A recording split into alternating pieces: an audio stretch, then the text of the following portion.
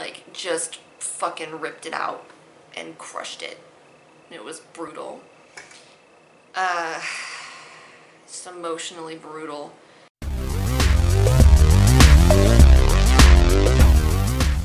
Hey, this is Megan in the restricted section. Today I'm going to be doing my June wrap-up video. Now, in the month of June, I only read 2 books, so there were a couple of reasons for that. I wasn't super motivated to read in June. I was a bit more social in June than I usually am, so that's weird. And also, the new season of Orange is the New Black came out in June, and so I spent a lot of time binge watching that, I'm not gonna lie. So for this video, I figured I would talk about the 2 books I read, and then also talk a little bit about the season of Orange is the New Black, since it sucked up a lot of my time this month, and also I feel like it's worth talking about.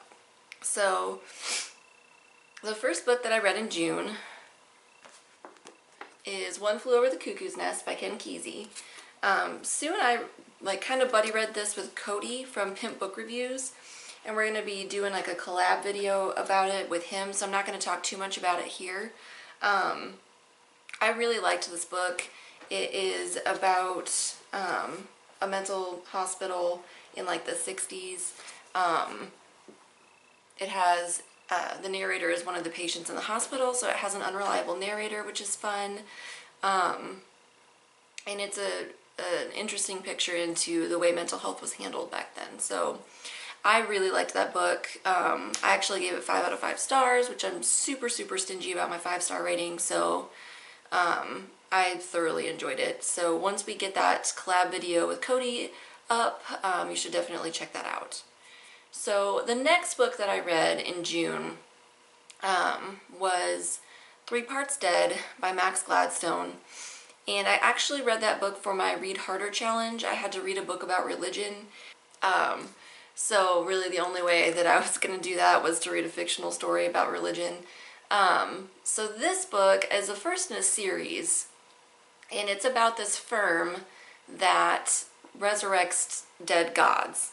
And so they're called like craftswomen or craftsmen. They're essentially, I think they are essentially witches basically. And Tara is the main character of the book. She is a young craftswoman, and she gets a job at one of these firms. And they go work a case where they need to resurrect Kaz, who is a dead god. I really struggled to get through this book. I think that kind of contributed to like my low number of books read this month, because I wasn't super motivated to read anyway this month, and then this was one of the books I was reading, and it took me forever to get through. It's not that it was bad, it's just that there was so much going on. There are vampires, there are witches, there are gods, there is this like political, religious situation. There's gargoyles, there's face stealing, like there's all kinds of things going on. Too much was happening for me to really invest in any of it, and so I honestly didn't really give a shit about what I was reading until like 70% of the way through the book, is when I started to care. So it's just that I think there was just too much going on, because the story itself was interesting. Yeah, I mean, the story itself was interesting, and the ending was really fun to read, but I don't know.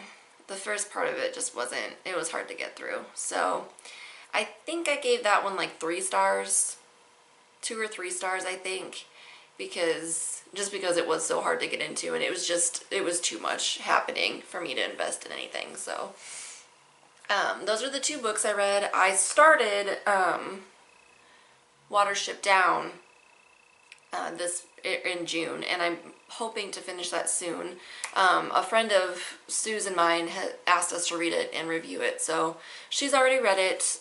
She said it took her a while to get through, because it wasn't like a super like intense page turner. She said it was really good, but it wasn't a page turner, so hopefully I can get through it in a decent amount of time. That's the plan anyway. So let's talk about Orange is the New Black. I'm not going to keep this spoiler free, so if you haven't finished the season of Orange is the New Black, do not watch the rest of this video. Just close it, click something else, go away, because I'm not gonna keep it spoiler free.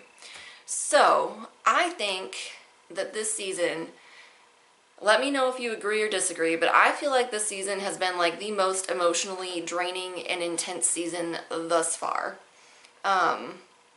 There's a lot going on in this season. So we have Alex who murders someone, and that scene was really chilling because she had thought that Lolly killed the guard.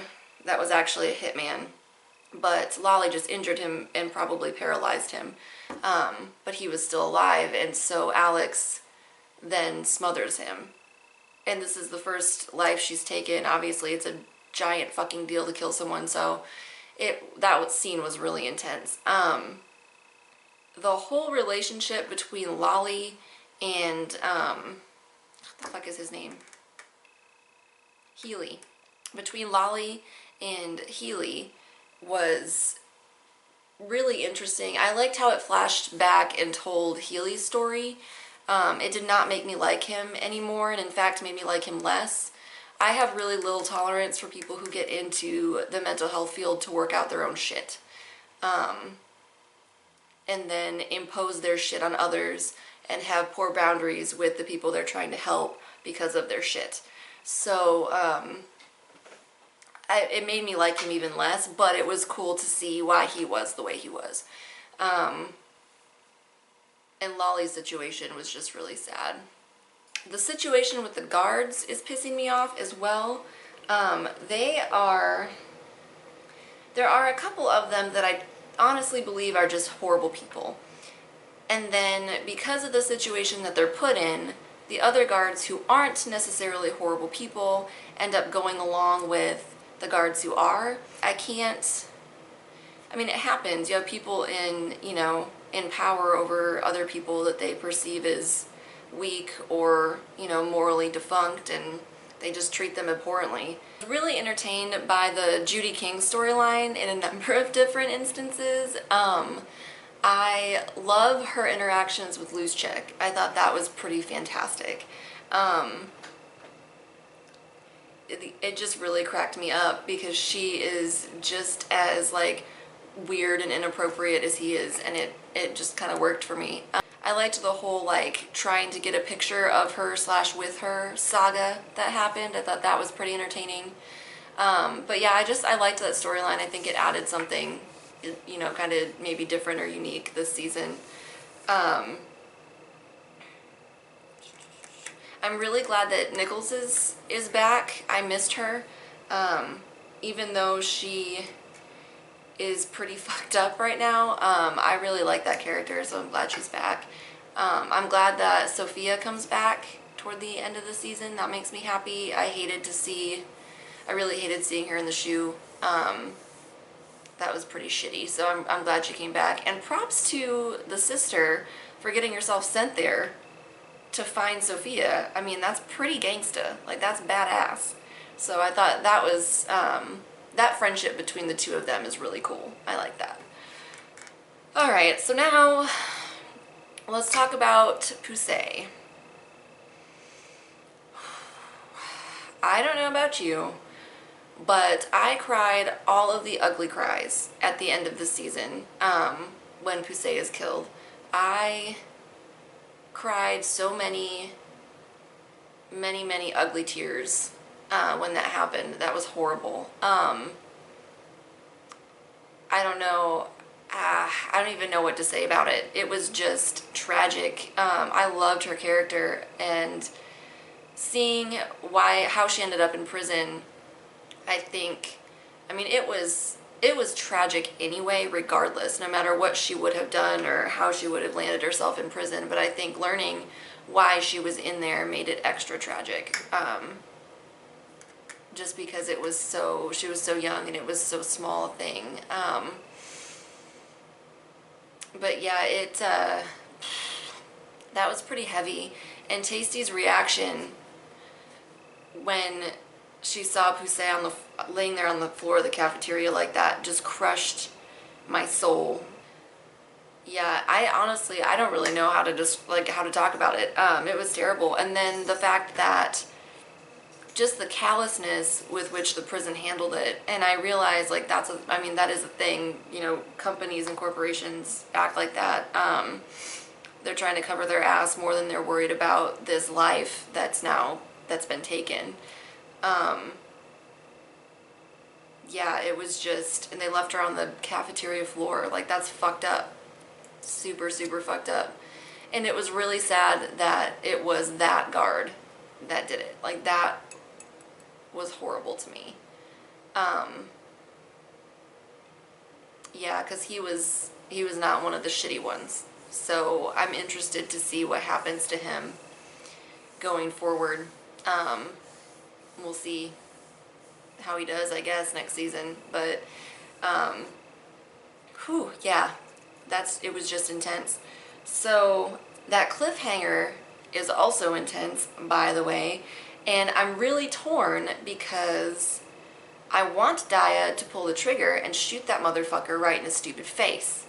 Because he's a horrible human being and he sucks. And he is cruel and miserable. And so I want her to pull the trigger and just end him. But I like Daya, and I don't want her to get in any more trouble. So I'm really torn. Like, I don't know how I feel about that. That was a pretty crazy cliffhanger to leave us at. Orange is the New Black. That was pretty crazy. I'm a little distraught.